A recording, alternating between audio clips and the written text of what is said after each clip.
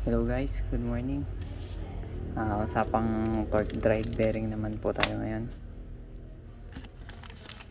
Ito yung papakita ko sa inyo. Ito yung sa Honda. Ito yung ginagamit sa Honda Click 125. Yan, ito naman sa kabila, Yamaha. Ito yung ginagamit kay MIUI. Ayan. So, kung mapapansin nyo, ito yung laging nagiging issue ng Click 125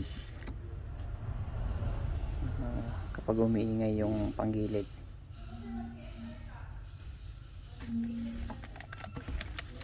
Ito,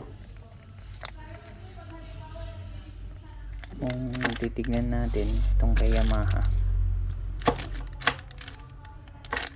pareho lang sila. Yan, nakalagay dito.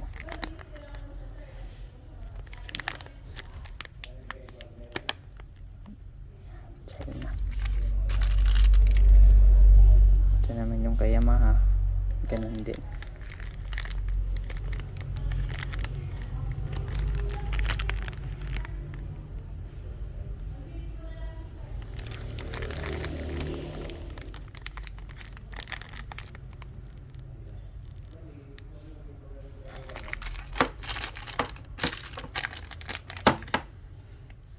Sa mga gumagamit ng Honda Click dyan, ito yung nagiging issue kapag maingay dahil nasisira, lalo na kapag mali yung pagka CVT cleaning, ginamitan ng tubig o kaya gasolina. Kapag natanggal yung grasa dito sa ilalim at hindi nilagyan ulit, yun, nasisira.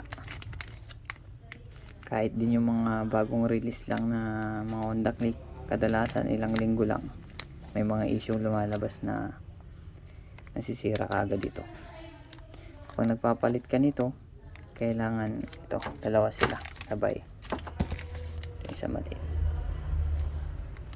Ganun din yung kay Yamaha, parehas lang sila. Ayan. Ito, parehas lang size. Kung mapapansin nyo naman sa mga gumagamit ng Yamaha MIUI 125, wala nagiging issue na ganito katibay, tagal masira. Ayan.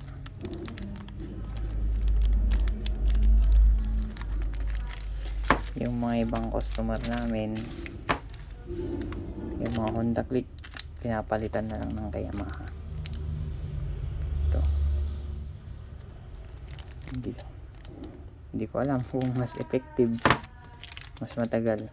Pero kung mapapansin nyo talaga, halos karamihan ng MIUI tagal bago masira. Yung sa torque drive bearing na, yun nga lang mas mahal.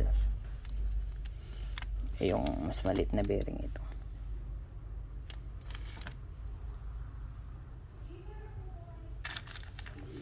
So bali ito, kung kaya mga bibilhin mo, nasa 550.